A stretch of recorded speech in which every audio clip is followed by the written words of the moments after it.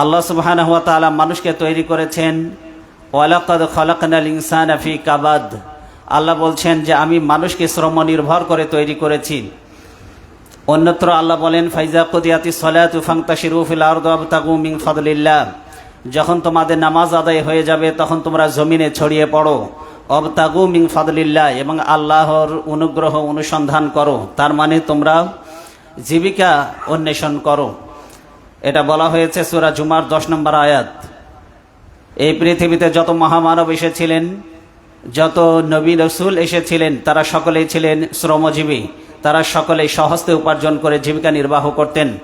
হযরত আদম আলাইহিস সালাম থেকে শুরু করে মুহাম্মদ রাসূলুল্লাহ সাল্লাল্লাহু আলাইহি ওয়াসাল্লাম পর্যন্ত সকল নবী রসুল তারা ছিলেন শ্রমজীবী মানুষ। হযরত আদম, শীস এবং লূত আলাইহিস সালাম তারা ছিলেন কৃষিকাজ নির্ভর, তাদের জীবিকা উপার্জন করতেন, তারা ছিলেন কৃষিজীবী। হযরতে নূহ এবং জাকারিয়া আলাইহিস সালাম তারা ছিলেন কাঠের ফার্নিচার বা কাঠ মিস্ত্রি। দাউদ আলাইহিস সালাতু ওয়াস সালাম লোহা জাতীয় পদার্থ দিয়ে তিনি লোহা জাতীয় যত যন্ত্রপাতি আছে সেগুলি তিনি তৈরি করতেন, হযরতে দাউদ আলাইহিস সালাম। ইলিয়াস আলাইহিস সালাতু ওয়াস সালাম তিনি সুতা দিয়ে তিনি কাপড় তৈরি করতেন। হযরত ইউনুস আলাইহিস সালাতু ওয়াস সালাম তিনি ছিলেন মৎস্যজীবী, তিনি মাছ বিক্রি করতেন। জুলকিফল একজন নবী ছিলেন, আল্লাহ যার কথা কোরআনে উল্লেখ করেছেন। এই জুলকিফল তিনি রুটি বিক্রি করতেন। এরপরে আমরা দেখতে পাই হযরতে মূসা, হযরতে হারুন, হযরতে শুআইব আলাইহিস সালাম তারা পশু পালন করতেন। কি করতেন? পশু পালন করতেন এবং দুধ বিক্রি করতেন। হযরতে ইদ্রিস আলাইহিস সালাম তিনি পোশাক তৈরি করতেন, তিনি ছিলেন তাঁতি। হযরতে ঈসা এবং হযরতে ইয়াহইয়া আলাইহিস সালাম তারা বন্য প্রাণী শিকার করতেন এবং তারা বাগান থেকে, বিভিন্ন জঙ্গল থেকে তারা কি করতেন? ফলমূল সংগ্রহ করতেন, জীবিকা নির্বাহ করতেন। ইব্রাহিম আলাইহিস সালাম, ইয়াকুব আলাইহিস সালাম, হুদ এবং সালেহ এবং সর্বশেষ হযরত মুহাম্মদ রাসূলুল্লাহ সাল্লাল্লাহু আলাইহি ওয়াসাল্লাম তারা ছিলেন ব্যবসায়ী। তারা ব্যবসা বাণিজ্য করে জীবিকা, পরিবার পরিজন পরিচালনা করতেন। কোনো পেশায় ইসলাম ছোট করে দেখে না, বরং পরিশ্রম করে জীবিকা নির্বাহ করার মাঝেই সম্মান এবং বরকত আল্লাহ নিহিত রেখেছেন। মিকদাদ রাদিয়াল্লাহু তাআলা আনহু থেকে বর্ণিত, তিনি বলেন, মা আকালা আহাদুন তুআমান কাত্তু খায়রাম মিন আন ইয়াকুলা মিন আমালি ইয়াদিহি। নবীজি সাল্লাল্লাহু আলাইহি ওয়াসাল্লাম বলেছেন, যে ব্যক্তি সহজে উপার্জন করে খায় তার চাইতে উত্তম উপার্জন, উত্তম রিজিক আর কারো হতে পারে না। তার চাইতে উত্তম খাবার কেউ খায় না যে ব্যক্তি নিজে হাতে উপার্জন করে খায়। আল্লাহ নবী সাল্লাল্লাহু আলাইহি ওয়াসাল্লাম বলছেন, ওয়া ইন্না নাবিয়াল্লাহ দাউদা কানা ইয়াকুলু মিন আমালি ইয়াদিহি। তোমাদের পূর্ববর্তী যুগের একজন নবী ছিলেন হযরত দাউদ আলাইহিস সালাম, তিনি স্বহস্তে উপার্জন করে তিনি খেতেন। এমন কোন নবী নেই যিনি কায়িক পরিশ্রম করে খাননি। সবাই কি করেছেন? সবাই বলেন একটু। আপনাদের মনোযোগ অন্যদিকে কেন? আমার সামনে যারা বসে আছেন আমার দিকে তাকায় কথা শুনতে হবে। দাউদ আলাইহিস সালাম তিনি স্বহস্তে উপার্জন করে খেতেন। কে বলছেন এই কথা? আল্লাহ রাসূল সাল্লাল্লাহু আলাইহি ওয়াসাল্লাম। সুতরাং এমন কোন নবী নেই যিনি কায়িক পরিশ্রম করেননি। হযরতে আবু হুরায়রা রাদিয়াল্লাহু তাআলা আনহু থেকে বর্ণিত, তিনি বলেন, মা নাবিয়াল্লাহু নাবিয়ান ইল্লা রাআল গানামা। এমন কোন নবী নেই যে নবী তিনি ছাগল চরাননি। কোন পশু? ছাগল। ফাকালা আসহাবুহু ওয়া আনতা। নবীর সাহাবীরা জিজ্ঞাসা করলেন, হে আল্লাহর নবী মুহাম্মদ রাসূলুল্লাহ সাল্লাল্লাহু আলাইহি ওয়াসাল্লাম, আপনিও কি ছাগল চরাতেন? ফাকালা নাম, তিনি বললেন, হ্যাঁ, কুনতু, আমি ছাগল চরাতাম। আর আহা আলা কিরারিতা লি আহলি মক্কাতা, আমি মক্কাবাসীদের পারিশ্রমিকের বিনিময়ে তাদের ছাগলগুলি চড়িয়ে দিতাম। তার মানে নবীজি সাল্লাল্লাহু আলাইহি ওয়াসাল্লাম বলছেন, আর আহা আলা কিরারিতা লি আহলি মক্কাতা, আমি টাকার বিনিময়ে, অর্থের বিনিময়ে আমি মক্কাবাসীদের ছাগল চড়িয়ে দিতাম। তাহলে মুহাম্মদ রাসূলুল্লাহ সাল্লাল্লাহু আলাইহি ওয়াসাল্লাম তিনিও ছাগল চড়িয়েছিলেন। অনেক কাজ থাকে যেই কাজগুলি একা আঞ্জাম দেওয়া একার পক্ষে সম্ভব হয় না। এরকমের কাজ আমাদের প্রত্যহিক জীবনে আছে না নাই? বলেন। অবশ্যই সেই কাজগুলিতে শ্রমিক নিয়োগ দেওয়ার প্রয়োজন পড়ে না? আল্লাহ কাউকে মেধা দিয়েছেন, কাউকে অর্থ দিয়েছেন, কিন্তু শারীরিক পরিশ্রম করার মতো সক্ষমতা আল্লাহ তাকে দেননি। এরকম লোক আছে না নাই? আবার শারীরিকভাবে সক্ষম কিন্তু বুদ্ধি নাই, অর্থ নাই, এরকমের লোক আছে না নাই? তার মানে একজনকে আল্লাহ অপরজনের মুখাপেক্ষী করেছেন। কারো মেধা আছে, কারো অর্থ নাই, শারীরিক পরিশ্রম করার যোগ্যতা নাই, আবার কারো শারীরিক পরিশ্রম করার যোগ্যতা আছে কিন্তু মেধা, প্রজ্ঞা, অর্থ কোনোটাই নাই। এই জন্য আল্লাহ একজনকে আরেকজনের মুখাপেক্ষী করেছেন। আল্লাহ সুবহানাহু ওয়া তাআলা পৃথিবী পরিচালনার জন্য এই মহাকৌশল তিনি অবলম্বন করেছেন। কি করেছেন? মহাকৌশল। এটা মহাকৌশলের অন্তর্ভুক্ত। আল্লাহ সুবহানাহু ওয়া তাআলা তিনি বলছেন, নাহনু কাসামনা বাইনাহুম মাঈশাতাহুম ফিল হায়াতিদ দুনিয়া ওয়া রাফা'না বা'দাহুম ফাওকা বা'দিন দারাজাতিল লিয়াত্তাখিযা বা'দুহুম বা'দান সুখরিয়া। আল্লাহ বলছেন যে আমি দুনিয়ার এই সামগ্রী আমি মানুষের মাঝে বন্টন করেছি, দুনিয়ার এই উপকরণ আদি মানুষের মাঝে বন্টন করেছি, একজনকে আরেকজনের উপরে মর্যাদা দিয়েছি। জানো তোমরা একজনকে আরেকজনের উপরে মর্যাদা এই জন্য দিয়েছি, একজনকে আরেকজন অধীনস্থ করে যেন তার থেকে তোমরা খেদমত নিতে পারো, কাজ নিতে পারো। তাহলে আল্লাহ সুবহানাহু ওয়া তাআলা একজনকে সেবক বানিয়েছেন, আরেকজনকে আল্লাহ শ্রমিক বানিয়েছেন। কেন বানিয়েছেন? আল্লাহ সুবহানাহু ওয়া তাআলা বলছেন যেন তোমরা একজন আরেকজনকে অনুগত করে তাদের থেকে খেদমত নিতে পারো, কাজ নিতে পারো। কারণ এই পৃথিবীতে সবাই যদি ধনী হয় তাহলে পারে কেউ কারো আনুগত্য করবে না, পৃথিবীর এই ব্যবস্থাপনাগুলি ধ্বংস হয়ে যাবে। হবে না? হবে না? এই জন্য আল্লাহ সুবহানাহু ওয়া তাআলা জীবিকা নির্ধারণে একজনকে আরেকজনের উপরে শ্রেষ্ঠত্ব দিয়েছেন এবং সকল মানুষকে তিনি যে ধনী বানাননি এটা তার মহাপরিকল্পনা এবং তার বিশ্ব পরিচালনার একটি কৌশল। আল্লাহ সুবহানাহু ওয়া তাআলা একজনকে আরেকজনের অনুগত করেছেন। কেন করেছেন? যেন ঘর দোর একজনকে দিয়ে আমরা ঝাড়ু দিয়ে নিতে পারি, আরেকজনকে দিয়ে আমরা যেন মাথা চুল কাটিয়ে নিতে পারি, আরেকজনকে দিয়ে আমরা যেন টয়লেট ক্লিন করে নিতে পারি, আরেকজনকে দিয়ে আমরা যেন কাপড় সেলাই করে নিতে পারি, আরেকজনকে দিয়ে আমরা যেন কাপড় বুনিয়ে নিতে পারি। কিন্তু সবাই যদি ধনী হতো তাহলে কেউ কারো আনুগত্য করতো না, কেউ কারো কাজ করে দিত না, ফলে পৃথিবীতে বিপর্যয় সৃষ্টি হতো। হতো না? হতো না? পৃথিবীতে জীবনের গতি থমকে যেত, এতে করে মানুষ মহা সংকটে পড়ে যেত, কেউ কাউকে মানতে চাইতো না, ফলে চরম বিশৃঙ্খলা তৈরি হতো এই পৃথিবীতে। ধনী গরিব এর মাঝে যে ব্যবধান আল্লাহ তৈরি করেছেন এটা আল্লাহর রহমত এবং অশেষ অনুকম্পা এবং করুণা। এখন যারা ধনী তাদেরকে বুঝতে হবে এই ধনী হওয়াটা এটা তাদের কোনো যোগ্যতার বদৌলতে হয় নাই। এই ধনী আল্লাহ তাদেরকে বানিয়েছেন, এটা তাদের প্রতি আল্লাহর অনুগ্রহ, তাদের প্রতি দয়া, স্পেশাল করুণার কারণেই তারা ধনী হয়েছে। আল্লাহ চাইলে তাদেরকে গরিব বানাতে পারতেন। আল্লাহ যদি চান ধনী অবস্থা থেকে এখনও তাদেরকে গরিবের কাতারে সামিল করতে পারেন। পারেন না? পারেন না? কথা জবাব দেন। ধনীকে ফকির বানাতে কি আল্লাহর 1 সেকেন্ডের সময় লাগবে? তাহলে আল্লাহ ধনীকে ধনী বানিয়েছেন, এটা আল্লাহর অনুগ্রহ, এটা আল্লাহর দয়া, এটা আল্লাহর অনুকম্পা। আবার আল্লাহ চাইলে তাকে গরিবও বানাতে পারতেন, সে যে অবস্থায় আছে তাকে আবার গরিবের কাতারে দাঁড় করাতে পারেন। আল্লাহ সুবহানাহু ওয়া তাআলা ধনী এবং গরিব বানানো এটা আল্লাহর হাতে। আল্লাহ বলছেন আল্লাহু ইয়াবসুতুর রিজকা লিমান ইয়াশা ওয়া ইয়াকদির। আল্লাহ বলেন আমি যাকে ইচ্ছা তার রিজিকে প্রশস্ত করে দেই, তার মানে আমি তাকে বেশি করে রিজিক দেই। আর যাকে ইচ্ছা আমি তাকে সংকুচিত করি, তার রিজিকে সংকুচিত করে দেই, তার মানে আমি তাকে গরিব বানাই। এটা কার হাতে? ইন্নাল্লাহা বিকুল্লি শাইইন আলিম। নিশ্চয় আল্লাহ সর্ববিষয়ে সম্যক অবগত। এই গরিব মানুষেরাই এই পৃথিবীর গুরুত্বপূর্ণ কাজগুলি আঞ্জাম দিয়ে থাকে। এই গরিব মানুষদের শ্রমের ওপরেই এই পৃথিবীর বিখ্যাত বড় বড় মিল, কলকারখানা, ইন্ডাস্ট্রিজ এগুলি দাঁড়িয়ে আছে। কথা বলেন ঠিক কিনা? বড় বড় মিল, কলকারখানা, ইন্ডাস্ট্রিগুলি কার রক্তের উপরে দাঁড়িয়ে আছে? এই গরিব শ্রমজীবী মেহনতি মানুষের রক্তের উপরে, তাদের শ্রমের উপরে এগুলি টিকে আছে। ক্ষেত খামারে ফসল উৎপাদন করে কারা? এই গরিব মানুষেরা। গাড়ির ড্রাইভার ড্রাইভ করে তার মনিবকে অফিসে পৌঁছে দেয় কারা? এই অধীনস্থ গরিব মানুষেরাই। আবার খাবার টেবিলে সুস্বাদু খাবার রান্না করে পরিবেশন করে কারা? এই গরিব মানুষেরা। কথা বলেন না কেন?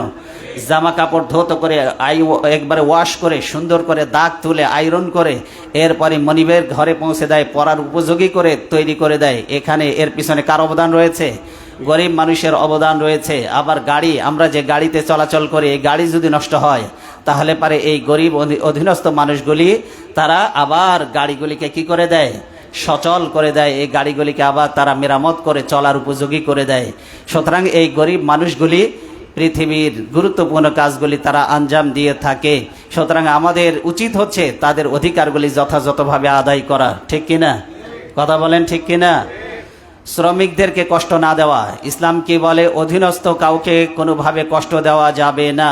কষ্টকর কোনো কাজে যদি আপনি তাকে নিয়োগ করেন তাহলে তাকে সহযোগিতা করতে হবে।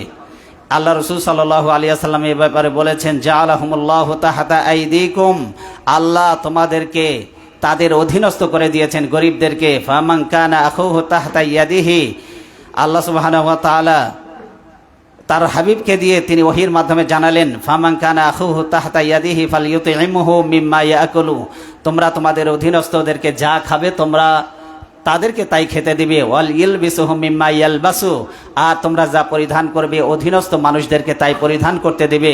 ওয়ালা তুকাল্লিফুহুম মা ইয়াগলিবুহুম, আর নবীজি সাল্লাল্লাহু আলাইহি ওয়াসাল্লাম বলছেন, তোমরা কষ্টের বাইরে, তার সাধ্যের বাইরে কোনো কিছু কাজ তার উপরে চাপিয়ে দিও না। ফাইন কাল্লাফতুমুহুম ফাআইনুহুম, যদি তোমরা কষ্টকর কোনো কাজ তাদেরকে করতে আদেশ করো তাহলে তোমরাও সেই কষ্টকর কাজে তাদের সাথে অংশীদার হবে, তাদেরকে সাহায্য সহযোগিতার হাত প্রসারিত করবে। গরিবদের প্রতি কি সুন্দর আচরণ করতে নবীজি সাল্লাল্লাহু আলাইহি ওয়াসাল্লাম আমাদেরকে বলেছেন।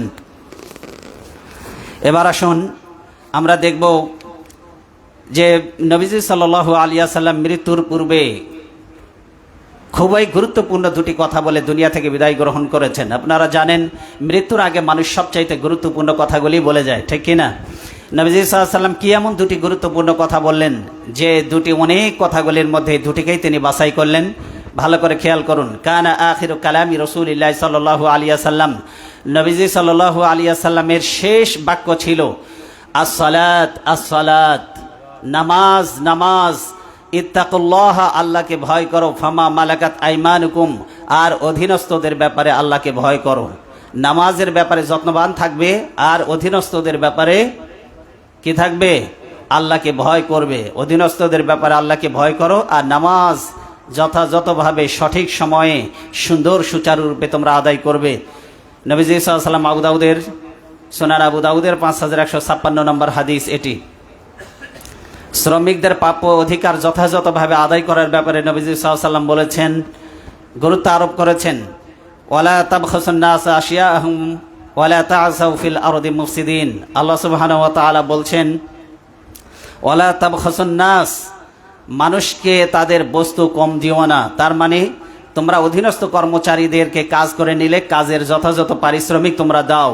ওয়ালা তা'সাউ ফিল আরদি মুফসিদিন, আর তোমরা পৃথিবীতে অনর্থ বিপর্যয় সৃষ্টি করো না, আগুন লাগায়ও না, তোমরা মানুষের বাড়িঘর ধ্বংস করে দিও না, মানুষের ক্ষেত খামার জায়গা জমি এগুলি আত্মসাৎ করো না, এগুলো জবরদখল করো না, এগুলিতে আগুন লাগিয়ে ধ্বংস করে দিও না। কে নিষেধ করেছেন? আল্লাহ সুবহানাহু ওয়া তাআলা সূরা আশ-শুআরা এর 183 নম্বর আয়াতে বলে দিয়েছেন, শ্রমিকদের সাথে যদি কোনো ব্যাপারে চুক্তি হয় তাহলে এই অঙ্গীকার এবং চুক্তি বাস্তবায়ন করতে হবে। নবীজি সাল্লাল্লাহু আলাইহি ওয়াসাল্লাম যেমন গুরুত্ব আরোপ করেছেন, আল্লাহ কোরআনে শ্রমিকের অধিকার আদায়ের ব্যাপারে অনেক গুরুত্ব আরোপ করেছেন তার বান্দাদেরকে। কোনো রকমের হেরফের করা চলবে না। আল্লাহ কি বলছেন শুনুন, ইয়া আইয়ুহাল্লাযীনা আমানু আউফু বিল উকুদ, হে ঈমানদারগণ তোমরা তোমাদের অঙ্গীকার সমূহ যথাযথভাবে পূর্ণ করো। শ্রমিকদের সাথে অঙ্গীকার করলে এটা কি করতে হবে? বলেন কি করতে হবে? পূরণ করতে হবে। শ্রমিকের কাছ থেকে কাজ আদায় করার পরে তার পারিশ্রমিক কোনো রকম ফাঁকি দেওয়া এবং টালবাহানা করা, সময় ক্ষেপণ করা কোনোটাই ইসলাম জায়েজ করেনি আমাদের জন্য। বরং এমন কিছু কিছু মানুষকে সমাজে দেখা যায় শ্রমিকের কাছ থেকে কাজ আদায় করে নেওয়ার পর তার পারিশ্রমিক দেওয়ার ক্ষেত্রে টালবাহানা করে না করে না? শ্রমিকদেরকে বাধ্য হয়ে আবার তাদের শ্রমের মূল্য আদায়ের জন্য, তাদের পারিশ্রমিক আদায়ের জন্য রাস্তায় নেমে মিছিল করতে হয়, মিটিং করতে হয়, অনেক সময় পুলিশের গুলিতে তাদের জীবনও পর্যন্ত দিতে হয়, হয় না? তাহলে কেন রাস্তায় নেমে তাদের ন্যায্য দাবি আদায়ের জন্য, কেন তাদের অধিকার আদায়ের জন্য, কেন তাদের পারিশ্রমিক আদায়ের জন্য রাস্তায় নামিয়ে মিছিল মিটিং করতে হবে? এটা মোটেও কাম্য নয়। নবীজি সাল্লাল্লাহু আলাইহি ওয়াসাল্লাম এটিকে চরমভাবে অন্যায় বলেছেন। নবীজি সাল্লাল্লাহু আলাইহি ওয়াসাল্লাম বলছেন, মাতলুল গানিয়্যি জুলমুন, ধনী মানুষের টালবাহানা এটা হলো জুলুম, অবিচার। ধনী মানুষ, মিল কলকারখানা ইন্ডাস্ট্রিজের মালিক যারা আছে তাদের শ্রমিকদের পারিশ্রমিক যারা আদায় করে না, আল্লাহ বলছেন এই ধনী শ্রেণীর তাদের সময় ক্ষেপণ করা, টালবাহানা করা, শ্রমের মূল্য আদায় করার ক্ষেত্রে সময় ক্ষেপণ করা, টালবাহানা করা, নবীজি সাল্লাল্লাহু আলাইহি ওয়াসাল্লাম বলছেন এটা হলো জুলুম। এটা কি? এটা জুলুম, এটা অন্যায়। নবীজি সাল্লাল্লাহু আলাইহি ওয়াসাল্লাম বলেছেন 3 শ্রেণীর মানুষের ব্যাপারে আমি কিয়ামতের দিন আল্লাহর আদালতে মামলা দিব। কয় শ্রেণীর মানুষ? 3 শ্রেণীর মানুষের মধ্যে 1 নম্বর শ্রেণী শুনুন, আনা খসমুহুম ইয়াউমাল কিয়ামাতি রাজুলুন ইস্তাআজারা আজিরান। 3 শ্রেণীর মানুষের মধ্যে 1 নম্বর আমি যাদের বিরুদ্ধে আল্লাহর আদালতে মামলা দেব, যে ব্যক্তি কোনো মানুষকে কাজে লাগিয়ে তার থেকে শ্রম নিয়েছে, ফাস্তাওফা মিনহু ওয়া লাম ইউতি আজরাহু। আল্লাহ নবী সাল্লাল্লাহু আলাইহি ওয়াসাল্লাম বলেছেন কাজ করার পরে সে পুরো কাজ আদায় করে নিয়েছে, কিন্তু কাজ করার পরে তার পারিশ্রমিক দেয়নি, ফাঁকি দিয়েছে, ওই মালিকের বিরুদ্ধে কিয়ামতের দিন আমি আল্লাহর আদালতে মামলা দিব। এখন নবীজি সাল্লাল্লাহু আলাইহি ওয়াসাল্লাম কোনো উম্মতের বিরুদ্ধে যদি মামলা দায়ের করে, রাসূল সাল্লাল্লাহু আলাইহি ওয়াসাল্লাম নিজে যদি বাদী হন আদালতে, তাহলে পৃথিবীর কে আছে যে ওই জামিন থেকে আপনাকে মুক্ত করে নিতে পারবে? বলেন, কারো ক্ষমতা আছে? আছে কারো ক্ষমতা? পীর এসে উদ্ধার করতে পারবে? পারবে না। আল্লাহ নবী সাল্লাল্লাহু আলাইহি ওয়াসাল্লাম নিজে মামলা দিবেন যে কোনো ব্যক্তিকে শ্রমে নিয়োগ করেছে কিন্তু তার পারিশ্রমিক আদায়ের ক্ষেত্রে টালবাহানা করেছে, সময় ক্ষেপণ করেছে অথবা দেয়নি। নবীজি সাল্লাল্লাহু আলাইহি ওয়াসাল্লাম বলছেন আমি তার বিরুদ্ধে আল্লাহর আদালতে মামলা দেব, যে তার কাছ থেকে পরিপূর্ণ কাজ আদায় করে নিয়েছে কিন্তু পারিশ্রমিক দেয়নি। এটা বলা হয়েছে সহিহ আল বুখারী 2227 নম্বর হাদিস। নবীজি সাল্লাল্লাহু আলাইহি ওয়াসাল্লাম এই কথাটা কেন বলেছেন এর বাস্তবতা আছে। কোনো কোনো ক্ষেত্রে আমরা এটাও দেখতে পাই যে যাদের থেকে আমরা কাজ নেই, এই শ্রমিক শ্রেণীর মানুষদের সাথে কোনো রকমের ডিল বা চুক্তি আলোচনা না করে তাকে আমরা কাজে নিয়োগ দিই, এরপরে কাজ পরিপূর্ণরূপে আদায় করে নেওয়ার পর এরপরে পারিশ্রমিক দিতে আমরা কম দেই। আছে না নাই? বিশেষ করে রিক্সাওয়ালাদের ক্ষেত্রে এই ঘটনাটা বেশি ঘটে। কোনো রকমের চুক্তি ছাড়াই উঠে যায়, নির্দিষ্ট গন্তব্যে পৌঁছার পরে ভাড়া হয় 50 টাকা, দেয় 30 টাকা। হয় না? হয় না? এরপরে বাক বিতঙ্গা হয়, এরপরে মারামারি পর্যন্ত হয়, উভয়কে কটু বাক্য অশ্লীল বাক্য ছুড়ে মারতে থাকে। এটা সম্পূর্ণ অন্যায়। আপনি রিক্সায় উঠবেন, ওঠার সময় আপনি ভাড়া রিক্সাওয়ালার সাথে চুক্তি করে নেবেন। যে কোনো কাজে শ্রমিক নিয়োগ করবেন, শ্রমিকের সাথে আগে চুক্তি করে আপনি আপনার পারিশ্রমিকটা ফিক্সড করে তাকে কর্মে নিযুক্ত করবেন। কর্ম শেষ হওয়ার সাথে সাথে তার পারিশ্রমিক আদায় করে দিবেন। নবীজি সাল্লাল্লাহু আলাইহি ওয়াসাল্লাম শ্রমিকের সাথে তার মূল্য নির্ধারণ না করে তাকে কাজে নিয়োগ দিতে নিষেধ করেছেন। নাহা আন ইস্তিজারাতিল আজিরি হাত্তা ইউবাইয়ানা লাহু আজরুহু। নবী সাল্লাল্লাহু আলাইহি ওয়াসাল্লাম বলছেন মজুরি নির্ধারণ না করে কোনো শ্রমিককে তোমরা কাজে নিয়োগ করো না। কে বলছেন এই কথা? বলেন, নাহা আন ইস্তিজারাতিল আজিরি হাত্তা ইউবাইয়ানা লাহু আজরুহু। কোনো শ্রমিককে তার শ্রমের মূল্য নির্ধারণ না করে তোমরা কাজে নিয়োগ করো না। তার মানে আপনি কাজে লাগানোর আগে কি করে নেবেন? তার সাথে চুক্তি করে নিতে হবে পারিশ্রমিকের ব্যাপারে। আর শ্রমিকের মূল্য আদায়ের ক্ষেত্রে মজুরি প্রদানের সময়কাল যদি নির্ধারিত না হয়, যে আপনি কবে তাকে তার পারিশ্রমিক আদায় করবেন, এটা যদি নির্ধারিত না থাকে তাহলে কাজ শেষ হওয়ার সাথে সাথে তার পারিশ্রমিক আদায় করে দিবেন। নবীজি সাল্লাল্লাহু আলাইহি ওয়াসাল্লাম বলছেন আতুল আজিরা আজরুহু ক্বাবলা আন ইয়াজুফা ইরকুহু। নবীজি সাল্লাল্লাহু আলাইহি ওয়াসাল্লাম বলছেন শ্রমিকের গায়ের ঘাম শুকিয়ে যাওয়ার আগে তার পারিশ্রমিক দিয়ে দাও। শ্রমিকের গায়ের ঘাম শুকাতে কয় ঘন্টা লাগে ভাই? কথা বলেন না কেন? 5 থেকে 10 মিনিট সময় লাগে শ্রমিকের গায়ের ঘাম শুকানো। তো আল্লাহ নবী সাল্লাল্লাহু আলাইহি ওয়াসাল্লাম কাজ শেষ হওয়ার সাথে সাথেই তিনি বলছেন শ্রমিকের গায়ের ঘাম শুকিয়ে যাওয়ার আগেই তার পারিশ্রমিক দিয়ে দাও। খুবই গুরুত্বপূর্ণ হাদিস। আতুল আজিরা আজরুহু ক্বাবলা আন ইয়াজুফা আরাকাহু। নবীজি সাল্লাল্লাহু আলাইহি ওয়াসাল্লাম বলছেন গায়ের ঘাম শুকানোর আগেই তার পারিশ্রমিক আদায় করে দাও। এটা হচ্ছে ইবনে মাজার হাদিস, সুনান ইবনে মাজাহ 2443 নম্বর হাদিস। অনেক সময় শ্রমিকদের কাছে আমরা মালিকরা প্রিয় হতে পারি না। কেন? শ্রমিক এবং মালিকের মধ্যে উভয়ের আন্তরিকতার ঘাটতির কারণে। দেখুন, নানাবিধ কারণে শ্রমিকদের সাথে অনেক সময় আমরা দুর্ব্যবহার করে বসি, কিন্তু শ্রমিকদের সাথে দুর্ব্যবহার করা যাবে না। আর শ্রমিকেরা উচিত মালিকের কাজে আন্তরিক হওয়া। শ্রমিকদের সাথে দুর্ব্যবহার করতে নবীজি সাল্লাল্লাহু আলাইহি ওয়াসাল্লাম নিষেধ করেছেন। সমাজের কিছু কিছু অধীনস্থ শ্রমিকদের সাথে এই এলিট সোসাইটির ধনী শ্রেণীর এক শ্রেণীর মানুষ খুব বাজে দুর্ব্যবহার করে, গালি ছাড়া কথা বলে না। এই বাস্তবতা কি সমাজের মধ্যে আছে না নাই? কথা বলেন। তার অধীনস্থ কর্মচারীদেরকে গালি না দিলে কথা বলে না। আর যদি সামান্য একটু ভুল করে বসে তাহলে 14 গোষ্ঠী গালিগালাজ করে উদ্ধার করে দেয়। এরকমের লোক আছে না নাই?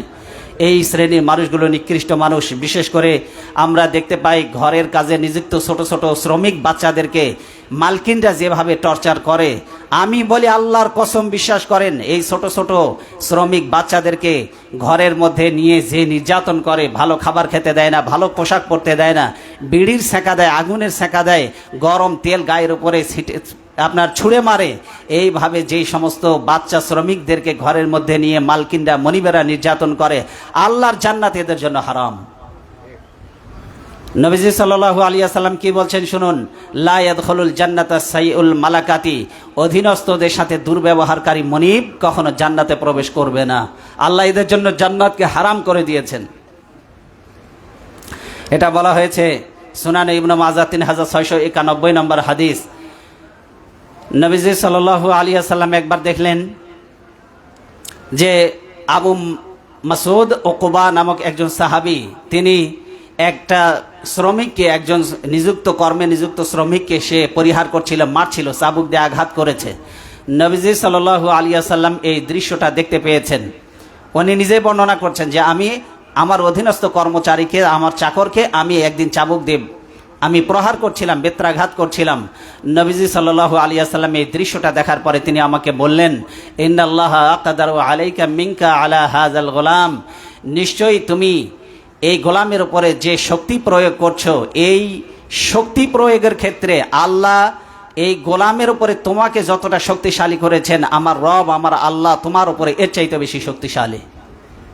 তিনি বললেন, এই গোলামের উপরে আল্লাহ তোমাকে যতটা শক্তিশালী করেছেন, ওই আল্লাহ তোমার উপরে এর চাইতে বেশি শক্তিশালী। সুতরাং তুমি তার উপরে যে চাবুক মারছো, আল্লাহ ইচ্ছে করলে এর প্রতিশোধ এর থেকেও জোরালোভাবে তোমার উপর থেকে নেওয়ার ক্ষমতা আমার আল্লাহর আছে। আছে না নাই? এই জন্য অধীনস্থদেরকে কখনো জুলুম নির্যাতন করা যাবে না। নবীজি সাল্লাল্লাহু আলাইহি ওয়াসাল্লাম আরো বলছেন, ফাকুলতু লা আদরিবু মামলুকান বাদাহু আবাদা। ওই সাহাবী আবু মাসউদ উকবা, তিনি নবীজি সাল্লাল্লাহু আলাইহি ওয়াসাল্লামের এই কথা শুনে তার কলিজাটা কেঁপে উঠলো। সে বলছে, হে আল্লাহর নবী, আমি ওয়াদা করছি আজকের পর থেকে আমি আর কোনোদিন শ্রমিকের গায়ে হাত তুলব না। সুবহানাল্লাহ বলেন। আমি আর কখনো অধীনস্থদের প্রহার করব না, আমি ওয়াদা দিচ্ছি আপনাকে। ওই সাহাবী আর কোনোদিন, আল্লাহ রাসূল সাল্লাল্লাহু আলাইহি ওয়াসাল্লাম এর কাছে ওয়াদা করেছেন আর কখনোই তিনি শ্রমিকের গায়ে হাত তুলবেন না। ওই সাহাবী আর কোনোদিন অধীনস্থ কর্মচারীর গায়ে তিনি আর হাত তোলেন নাই।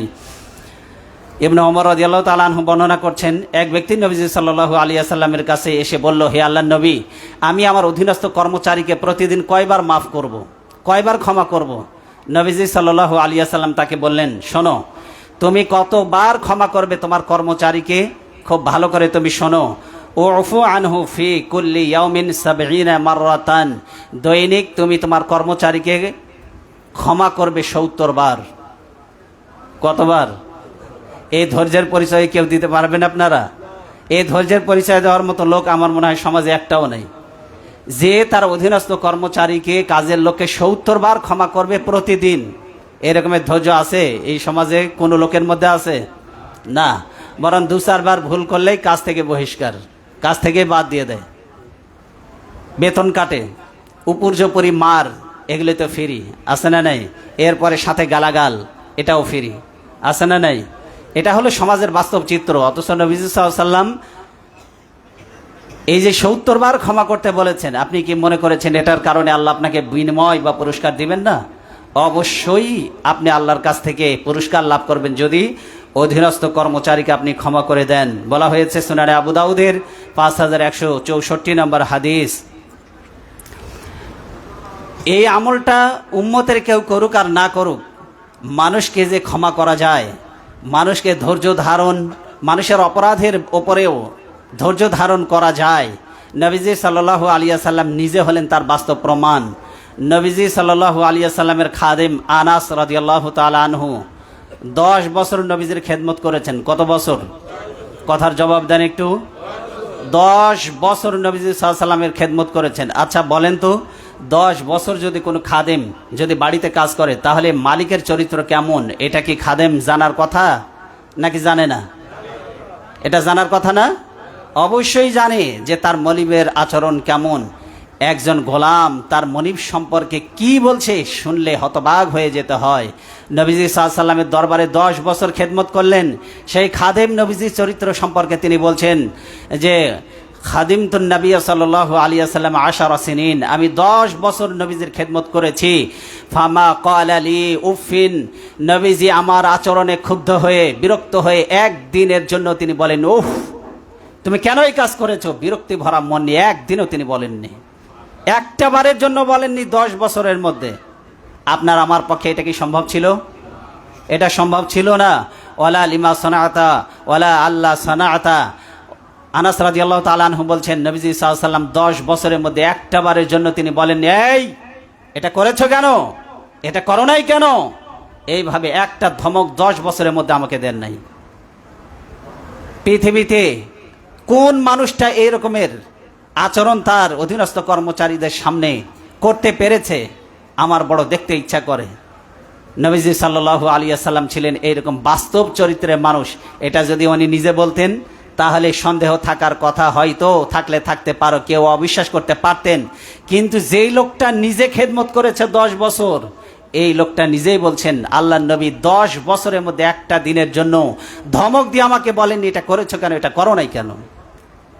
শব্দ বিরক্ত হয়ে একটাবার মুখ দিয়ে উচ্চারণ করেননি। অথচ তিনি যখন এসেছিলেন একদম ছোট্ট অবস্থায় খাদেম হয়ে এসেছিলেন। এখন ছোট মানুষ ভুল করতে পারে না, পারে না? কথা বলেন। গরম পানি আনতে বললে ঠান্ডা পানি আনবে, বিছানা বিছাইতে বললে উঠাবে, ভুল হওয়া স্বাভাবিক।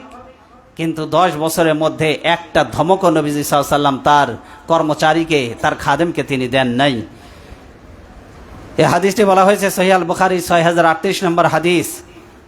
এই জন্য শ্রমিকদেরও দায়িত্ব হলো তার মনিবের দায়িত্ব যথাযথভাবে পালন করা, তার কাজে ফাঁকি না দেওয়া।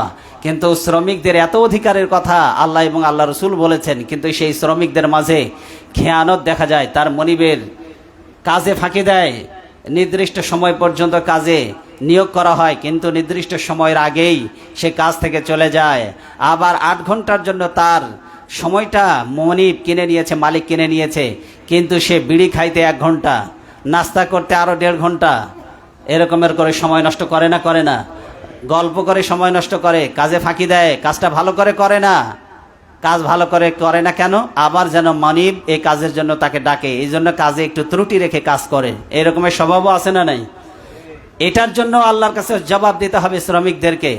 এই জন্য শ্রমিক ভাইরা, আপনারা আন্তরিকতা এবং নিষ্ঠার সাথে কাজ করুন মনিবের। আর মনিব যারা আছেন, যারা কাজ আদায় করে নেবেন, তাদের অধিকার ব্যাপারে আপনারা তাদের অধিকার আদায়ের ব্যাপারে সচেষ্ট থাকুন। বলা হয়েছে সহিহ আল বুখারীর 893 নম্বর হাদিসে, আলা কুল্লুকুম রাঈন ওয়া কুল্লুকুম মাসউলুন আন রাইয়াতিহি। এই পৃথিবীতে সবাই দায়িত্বশীল, প্রত্যেককেই তার দায়িত্ব সম্পর্কে জিজ্ঞাসা করা হবে। বাড়ির যে মেয়ে লোকটা, সেও একটা দায়িত্বশীল, তার স্বামী এবং তার সন্তান সম্পর্কে তাকে জিজ্ঞাসা করা হবে। একজন পরিবারের কর্তা বাবা, তার সন্তান, তার স্ত্রী সম্পর্কে তাকে জিজ্ঞাসা করা হবে। একজন রাষ্ট্রনায়ক, তার জনগণ সম্পর্কে তাকে জিজ্ঞাসা করা হবে।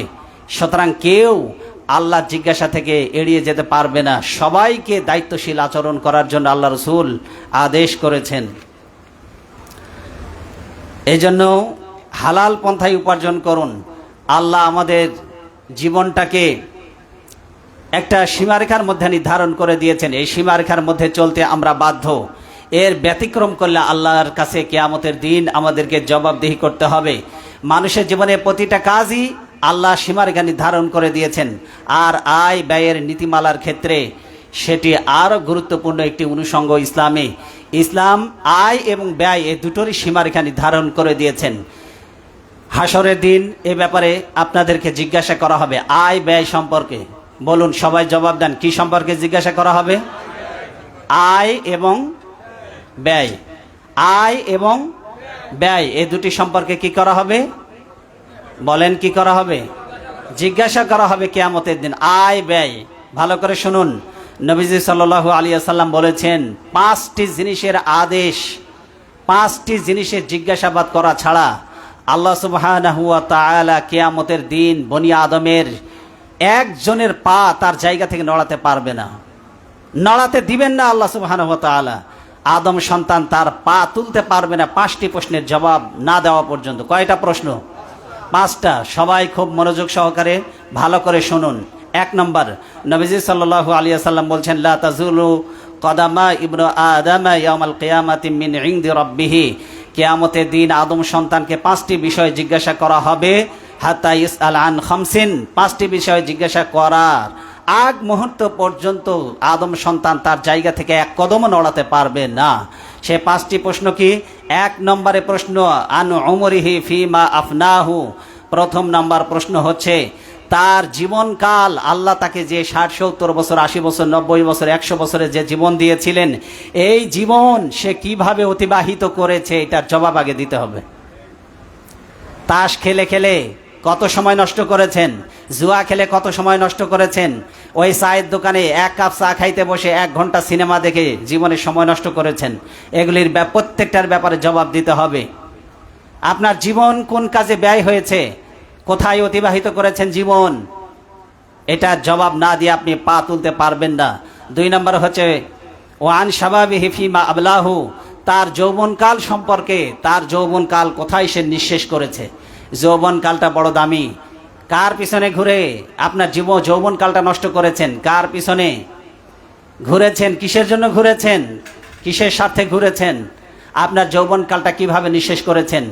অনেকের যৌবনকালটা পাপ কাজের মধ্য দিয়ে যৌবনকালটা শেষ হয়ে গেছে। চাঁদাবাজি করতে করতে যৌবনকাল শেষ, দালালি করতে করতে যৌবনকাল শেষ। 5 ওয়াক্ত নামাজ 24 ঘন্টায় নষ্ট করেছে। শুধু 1 ওয়াক্ত নয়, 2 ওয়াক্ত নয়, 24 ঘন্টায় 5 ওয়াক্ত নয়, মাসের পর মাস, বছরের পর বছর, 10টা বছর জীবনের যৌবনকাল, 25 বছর, 30 বছর, কোনোদিন জুমার নামাজ ছাড়া 5 ওয়াক্ত নামাজ সে এই 25-30 বছরের মধ্যে কোনোদিন পড়ে নাই। এরকমের যুবকও আছে না নাই? কি জবাব দিবেন? কিয়ামতের দিন পা তুলতে পারবেন না। আল্লাহ এই 5টা প্রশ্নের জবাব আপনার কাছ থেকে নিয়ে তারপরে আপনি পা নাড়াতে পারবেন আপনার জায়গা থেকে। 2 নম্বরে প্রশ্ন, আপনার যৌবনকাল আপনি কিভাবে অতিবাহিত করেছেন, যৌবনকাল কিভাবে নিঃশেষ করেছেন, এটা সম্পর্কে আপনাকে জিজ্ঞাসা করা হবে। এরপরে নবীজি সাল্লাল্লাহু আলাইহি ওয়াসাল্লাম বলেছেন, ওয়ান মালিহি মিন আইনা ইকতাসাবাহু, 2টা প্রশ্ন অর্থনীতি সম্পর্কে, অর্থ সম্পর্কে, কামাই রুজি সম্পর্কে। প্রথম নম্বর অর্থনীতি সম্পর্কে যে 2টো করা হবে, আগে 2টা হয়েছে আপনার আয়ুষ্কাল, আপনার 150, 60, 70 বছরে হায়াত কোথায় অতিবাহিত করেছেন, যৌবনকাল কোথায় নিঃশেষ করেছেন, 2। আর 3 নম্বর নবীজি সাল্লাল্লাহু আলাইহি ওয়াসাল্লাম বলেছেন, ওয়ান মালিহি মিন আইনা ইকতাসাবাহু, সম্পদ কোথা থেকে উপার্জন করেছেন, কোথা থেকে উপার্জন করেছেন সম্পদ? চাঁদাবাজি করে, সুদে টাকা লাগায়, ঘুষ খেয়ে, অফিসে বসে সরকার আপনাকে নিয়োগ দিয়েছে, 8 ঘন্টার সময় আপনি দিবেন, সে 8 ঘন্টার সময় আপনি সরকারের কাছ থেকেও বেতন নেন, আবার প্রতিটা মানুষের কাছ থেকে আপনি ঘুষ না নিলে ফাইলে সাইন করেন না। এই ঘুষের টাকা আপনি কিভাবে টাকা উপার্জন করেছেন আপনার জীবনে? রাস্তায় বাস থামায়, ট্রাক থামায়, ওই তরকারির দোকানদার, কাঁচা সবজির দোকানদার, মাছ মাংসের দোকানদার, তাদের কাছ থেকে প্রতিদিন চাঁদা নিয়ে আপনি উপার্জন করেছেন, ওজনে কম দিয়ে উপার্জন করেছেন। একটা পণ্য বিক্রি করার সময় ওই পণ্যের ভিতরে ধুলা ঢুকাইয়ে দেয়, লোহা যারা বিক্রি করে লোহার মধ্যে ধুলা ঢুকাইয়ে দেয়, আছে না নাই? আরও আছে, ইলিশের মধ্যে, আপনার চিংড়ি মাছের মধ্যে পানি ঢুকাইয়ে দেয়, আছে না নাই? তরমুজের মধ্যে ইঞ্জেকশন পুশ করে লাল বানায় বিক্রি করেছেন। কিভাবে অর্থ উপার্জন করেছেন আপনি? এটার জবাব আল্লাহর কাছে দিয়ে তারপরে আপনার পরবর্তী স্টেপ শুরু হবে, পরবর্তী কার্যক্রম শুরু হবে। এরপরে 4 নম্বর প্রশ্ন হবে, অফিমা আনফাকাহু, টাকা কোথায় ব্যয় করেছেন? আল্লাহ আপনাকে যে শক্তি দিয়েছিলেন, সামর্থ্য দিয়েছিলেন, টাকা উপার্জন করার ক্ষমতা আল্লাহ দিয়েছিলেন, টাকা মনে করেছেন আপনি নিজে উপার্জন করেন? আল্লাহ উপার্জন করার ক্ষমতা যদি হারায় নেয় আপনার কাছ থেকে, কিভাবে উপার্জন করবেন? আল্লাহ প্যারালাইসিস বানায় ফেলায় রাখবে, বছরের পর বছর, মাসের পর মাস টাকা উপার্জন করার ক্ষমতা আপনার নাই। চাকরি করবেন, চাকরি করে যাওয়ার জন্য তো আপনাকে হাঁটতে হবে, অফিসে যেতে হবে, কাজের সন্ধানে বের হতে হবে, হাঁটার শক্তি নাই। অর্থ উপার্জন এটা আপনি নিজের ক্ষমতায় করতে পারেন না, এটা আল্লাহ আপনাকে উপার্জন করার ক্ষমতা দিয়েছে বলে আপনি উপার্জন করতে পারেন। তো এই উপার্জনকৃত অর্থ আল্লাহ ছাড়া, আল্লাহর রাস্তা ছাড়া কোন কাজে, কাদেরকে দিয়েছিলেন টাকা? ইসলাম ছাড়া অন্য কোন কাজে আপনি ব্যয় করেছিলেন? মদের বারে টাকা খরচ করেছেন, পতিতালয়ে টাকা খরচ করেছেন, ইসলামের দুশ্মনদেরকে চাঁদা দিয়ে টাকা দিয়ে সহযোগিতা করেছেন ইসলামকে ঠেকানোর জন্য। এই সব কিছুর জবাব আপনাকে দিতে হবে। এরপরে 5 নম্বরে প্রশ্ন হবে মাজা আমিলা ফি মা আলিমা, আপনি কতটুকু জেনেছিলেন, কতটুকু আমল করেছিলেন। আপনি জেনেছেন কতটুকু আর আমল করেছেন কতটুকু। অনেকে চায়ের দোকানে বসে সিগারেটে টান দিয়ে চিন্তা করে আমাদের কোনো হিসাবও নাই, জবাবও নাই, আমরা একেবারে সোজা সাপটা জান্নাতে চলে যাব। যারা জানে বেশি ওরা আল্লাহর কাছে হিসাব দিবে বেশি, আমরা জানি কম, আমাদের কোনো হিসাবও নাই। মনের সুখে বিড়িতে টান মারে আর চিন্তা করে জান্নাতে যেতে খেলে দেরি, আমি মরলেই জান্নাতে যেতে আমার ঠেকাই কে, আমি মরি না তাই জান্নাতে যাই না। অনেকে এই চিন্তা করে যে হুজুররা জানে বেশি, আল্লাহর কাছে জবাবও দিবে বেশি। হুজুরদের জানা বেশি, বিপদও বেশি, আমরা জানিও কম, বিপদও কম। এরকম বলার লোক আছে না নাই? বলেন, কথা বলেন, আছে না নাই? আল্লাহ আগে ফরজ করেছিলেন ইকরা বিসমি রাব্বিকাল্লাযী খালাক। আল্লাহ আগে নামাজ পড়তে বলেন নাই, আল্লাহ আগে বলেছেন নামাজের বিধান আগে জানো, আগে জানা। আপনি জানেন নাই তার মানে ওইটার পানিশমেন্ট আগে হবে। আমল করেন নাই, ওইটার পানিশমেন্ট 2 নম্বরে হবে। আপনি আগে জানবেন, কারণ যে যত বেশি জানে সে তত বেশি পালন করা তার জন্য সহজ। আপনি হারামই জানেন না কোনটা হারাম, হারাম সম্পর্কে কোনো জ্ঞানই নাই, তা আপনি হারাম থেকে ফিরবেন কি করে? আপনি আল্লাহর ভয় আপনার হৃদয়ে নাই, কারণ আল্লাহ সম্পর্কে আপনি জানেনই না আল্লাহর ক্ষমতা কত, আল্লাহর শাস্তি সম্পর্কে আপনার ধারণাই নাই। এই জন্য পাপকে আপনি হালকা মনে করেন। তা আপনি না জেনে এক অন্যায় করেছেন, আমল না করে আর এক অন্যায় করেছেন, শাস্তি হবে আপনার 2 গুণ। আর যে জেনেছে ও তো একটা ফরজ আদায় করেছে, জানে মানে নাই, এই জন্য তার শাস্তি হবে 1 গুণ। কথা কি ক্লিয়ার?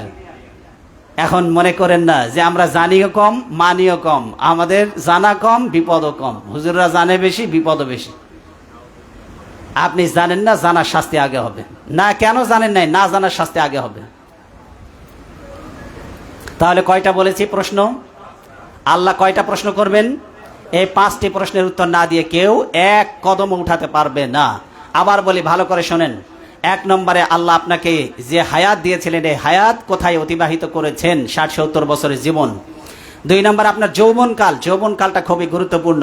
যুবক ছেলেপেলেরা শক্তি সামর্থ্য বেশি, তো এই জন্য দেখবেন এদের মসজিদে খুঁজে পাওয়া যায় কম। মসজিদে আসবে কাটায় কাটায়, আবার যাবে সালাম ফেরাতে দেরি, উঠতে দেরি নাই, মনে হয় এতক্ষণ জেলখানায় ছিল। নামাজ একে তো পড়েই না, আর যারাও আসে তারাও মনে করে মসজিদটা হলো জেলখানা। এদের মধ্যে দেখবেন নেক কাজ করার প্রবণতা কম। বুড়ো মানুষের একটু আগে আসে, চিন্তা করে আর কয়েকদিন পর মরে যাব। কিন্তু আমি বলি, যুবকরা তোমাদের ইবাদত করার সময় এই যৌবনকাল সম্পর্কে জিজ্ঞাসা করা হবে, বুড়োকাল সম্পর্কে জিজ্ঞাসা করা হবে না। কার পিছনে ঘুরেছ? কে তোমার নেতা?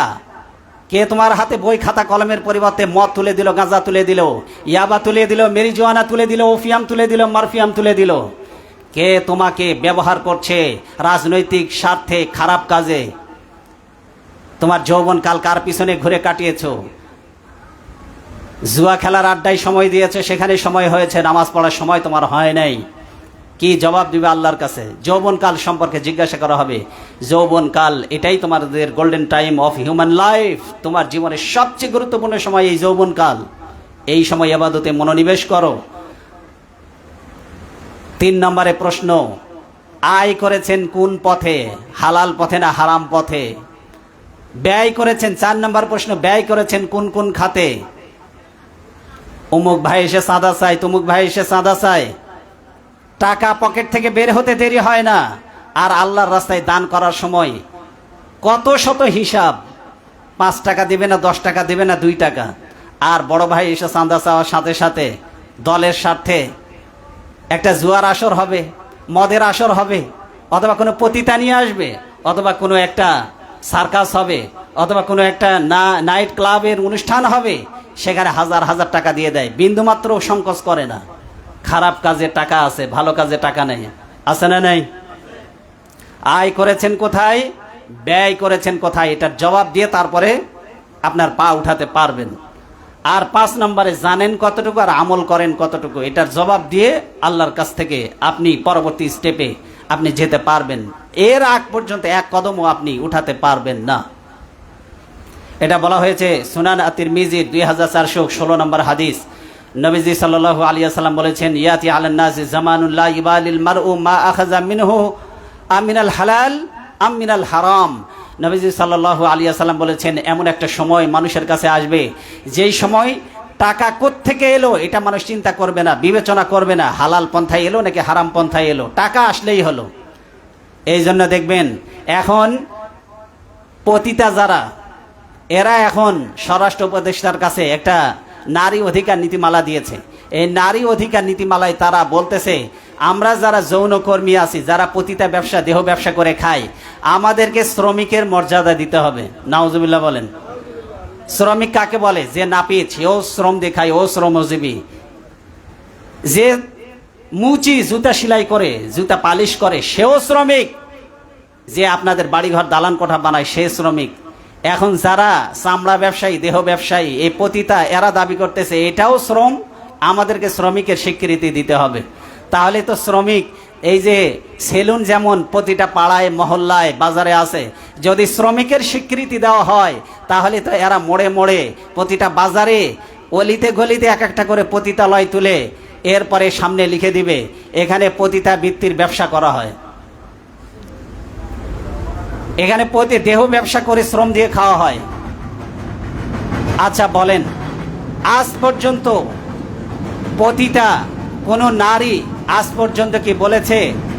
কোনো মা বাবাকে কি বলতে শুনেছেন আপনি আজ পর্যন্ত যে আমি আমার সন্তান, তাকে বড় হলে আমি পতিতা বানাবো? কোনো বাবা বলেছে? কথার জবাব দিতে হবে। কোনো বাবা বলেছে? কোনো মেয়েকে যদি আপনি জিজ্ঞাসা করেন, মা তুমি বড় হয়ে কি হবা, তাহলে মেয়েরা বলে আমি বড় হয়ে ইঞ্জিনিয়ার হতে চাই, অনেকে বলে আমি ডাক্তার হতে চাই, অনেকে বলে আমি পাইলট হতে চাই, অনেকে বলে আমি নার্স হতে চাই, অনেকে বলে আমি কলেজের টিচার হতে চাই। কিন্তু কোনো মেয়ে আজ পর্যন্ত বলেছে যে বড় হয়ে আমি পতিতা হতে চাই? কোনো মা বাবা বলেছে আমার মেয়েকে আমি পতিতা বানাবো? তাহলে এই পতিতা যারা, দেহ ব্যবসা যারা করে, একে তো ঘৃণিত, সমাজের সবচেয়ে জঘন্য এই অপরাধের সাথে যারা জড়িত, তারা কিভাবে নিজেদের এটাকে শ্রমিকের স্বীকৃতি চাইল? এই সাহস কোত্থেকে পেল? কারা তাদের পিছনে ইন্ধন দিয়েছে? কারা তাদেরকে শেল্টার দিচ্ছে? কারা তাদেরকে উৎসাহ দিচ্ছে?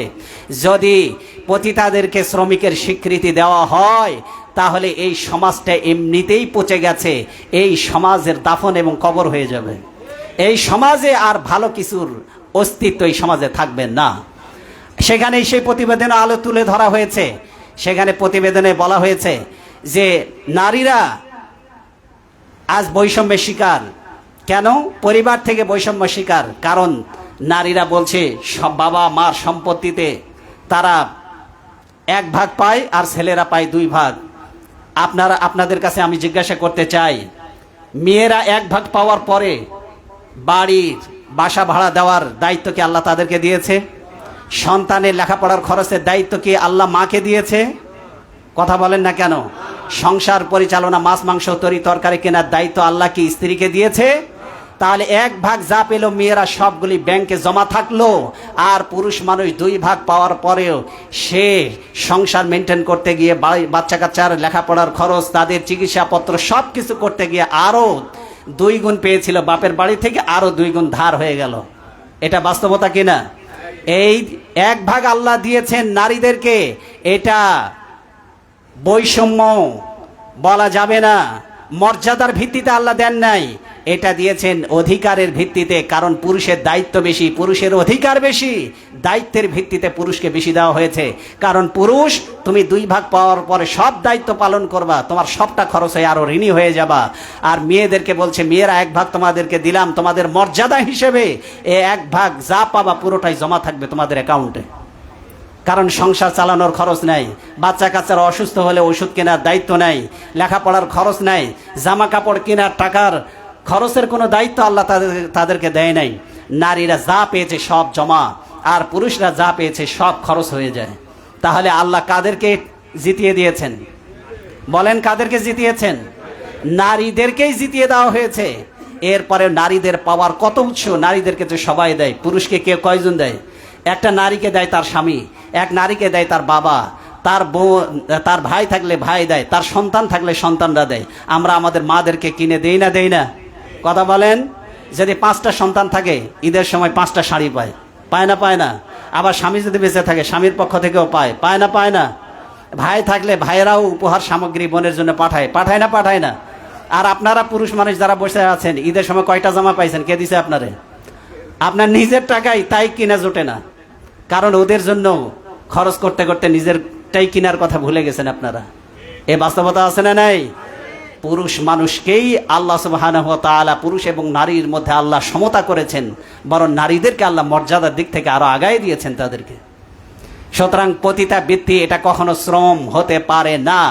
উপদেষ্টা ডক্টর ইউনূস স্যার সবার প্রশংসা কুড়িয়েছেন, কিন্তু এমন কিছু গর্হিত সিদ্ধান্ত নেবেন না যেটা মুসলিম কমিউনিটির পালসের বিরুদ্ধে যায়। যারা আপনাকে ভালোবাসে, ইসলামের বিরুদ্ধে গেলে তারাই আপনার বিরুদ্ধে আবার ফুঁসে উঠবে। কথা বলেন ঠিক কিনা? কারণ এই মানুষের মাটি মানুষ, এর সাথে ইসলামের ভালোবাসা, শ্রদ্ধা, আবেগ রক্তের সাথে মিশে আছে, ঠিক কিনা? কারণ এই দেশের মানুষ আজান শুনে ঘুমাতে যায়, আবার আজান শুনে বাংলাদেশের মানুষের ঘুম ভেঙে যায়। ইসলাম যাদের রক্তে মিশে আছে, ইসলামের বিরুদ্ধে কোনো আইন পাশ করে আত্মঘাতী কোনো সিদ্ধান্ত আপনি নেবেন না। সুতরাং আরো বলা হয়েছে সেখানে, সে যারা যত বেশি ধর্মের অনুশীলন করে, এই ধর্মীয় অনুশীলন এটাই নাকি বৈষম্য তৈরি করছে সমাজে। নাউজুবিল্লাহ বলেন। ধর্মীয় অনুশাসন নাকি সমাজে বৈষম্য তৈরি করেছে। যতগুলি নীতিমালা দিয়েছে সবগুলি ইসলামের বিরুদ্ধে। সুতরাং ইসলামের বিরুদ্ধে হাত দিয়েন না। ইসলামের বিরুদ্ধে, আল্লাহর আইনের বিরুদ্ধে যারাই হাত দিতে চেষ্টা করেছে, আল্লাহ তাদের অস্তিত্ব রাখেন নাই। আল্লাহ তাদেরকে পৃথিবী থেকে নির্মূল করে দিয়েছে। আর পৃথিবীতে দাম্ভিক এবং অহংকারী যারা হয়, এদের পতন অনিবার্য। নবীজি সাল্লাল্লাহু আলাইহি ওয়াসাল্লামের একটা ঘোড়া ছিল, আজবা নাম। এই ঘোড়া আরব বিশ্বের মধ্যে যত ঘোড়া ছিল সবচাইতে শক্তিশালী এবং দৌড় প্রতিযোগিতায় ফার্স্ট হতো। কার ঘোড়া? রাসূল সাল্লাল্লাহু আলাইহি ওয়াসাল্লামের ঘোড়া আজবা। এই ঘোড়ার সাথে প্রতিযোগিতা করে আরব বিশ্বের কোনো ঘোড়া টিকতে পারতো না। কিন্তু একদিন একজন গ্রাম্য মানুষের এক ঘোড়ার কাছে রাসূল সাল্লাল্লাহু আলাইহি ওয়াসাল্লামের ঘোড়া পরাজিত হয়ে যায়। নবীজি সাল্লাল্লাহু আলাইহি ওয়াসাল্লাম বলেন যে যে জিনিস দাম্ভিক হয়, অহংকারী হয়, মাথা উঁচু করে দাঁড়িয়ে যায়, এক সময় তা পড়ে যায়। আমার ঘোড়াটা সবসময় নিজেকে অপ্রতিদ্বন্দ্বী ভাবতো, অপ্রতিরোধ্য ভাবতো, কিন্তু আল্লাহ বেশি দাম্ভিক, বেশি অহংকারী, বেশি নিজেকে উঁচু ভাবার কারণে আল্লাহ তার পতন ঘটায় দিয়েছে। কেউ পারতো না নবীজির ঘোড়ার সাথে, কিন্তু একদিন ওই ঘোড়া পরাজিত হয়ে যায়। তার মানে এই পৃথিবীতে কোনো কিছু স্থায়ী নয়। যারা মাথা উঁচু করতে যায়, আল্লাহ তাদেরকে একসময় ধসিয়ে দেন, ঠিক কিনা? কথা বলেন ঠিক কিনা? এই জন্য আজকের এই আলোচনাগুলি এই জন্য আমি করেছি, শ্রমিকের অধিকার। কারণ আন্তর্জাতিক মে পহেলা দিবস, এই যে পহেলা মে আন্তর্জাতিক শ্রমিক দিবস, এই শ্রমিকের অধিকার নিয়ে শিকাগোতে আন্দোলন হয়েছিল। একজন ব্রিটিশ সংস্কারকের উদ্যোগে, সমাজ সংস্কারক, তিনি আইন করতে চেয়েছিলেন যে শ্রমিকরা কখনো নির্ধারিত, তাদের কোনো টাইম ছিল না। তারা কয়টায় শুরু করবে, কয়টায় শেষ করবে, এটা তাদের শুরুর টাইম জানা ছিল, কিন্তু শেষ হওয়ার টাইম জানা ছিল না। সারাদিন কাজ করত, 14 ঘন্টা পর্যন্ত ডিউটি পালন করত। এই ব্রিটিশ সমাজ সংস্কারক তিনি আইন করলেন, তিনি অধিকারের দাবিতে আওয়াজ তুললেন। তিনি বললেন 8 ঘন্টা কাজ, 8 ঘন্টা বিনোদন, আর 8 ঘন্টা রেস্ট, আরাম, বিশ্রাম। এর দাবিতে শ্রমিকরা ফুঁসে উঠল, পুলিশ গুলি করে তাদেরকে হত্যা করলো। অথচ শ্রমের এই মর্যাদা ইসলাম 1500 বছর আগে দিয়েছে, শ্রমিকের অধিকারকে প্রতিষ্ঠিত করে দিয়েছে। এই জন্য শ্রমিক ভাইদেরকে বলবো, আপনারা ইসলামের ছায়াতলে আসেন। পৃথিবীর কোনো দল, মত এবং আদর্শ আপনাদের অধিকার আদায় করতে পারবে না। যদি ইসলাম প্রতিষ্ঠিত হয়, আপনাদের অধিকার প্রতিষ্ঠিত হয়ে যাবে। কারণ আল্লাহ এবং রসুল আপনাদের সেই অধিকার দিয়েছে। ইসলাম আপনাদেরকে যে অধিকার দিয়েছে, পৃথিবীর কেউ আপনাদেরকে সেই অধিকার দিতে পারে নাই। এই জন্য আপনারা ইসলামের ছায়াতলে আসুন। আল্লাহ আমাদের সবাইকে ইসলামের জন্য কবুল করুন। হাযা মা ইনদি ওয়াল ইলমু ইনদাল্লাহ আলাইহি তাওয়াক্কালতু ওয়া ইলাইহি উনীব।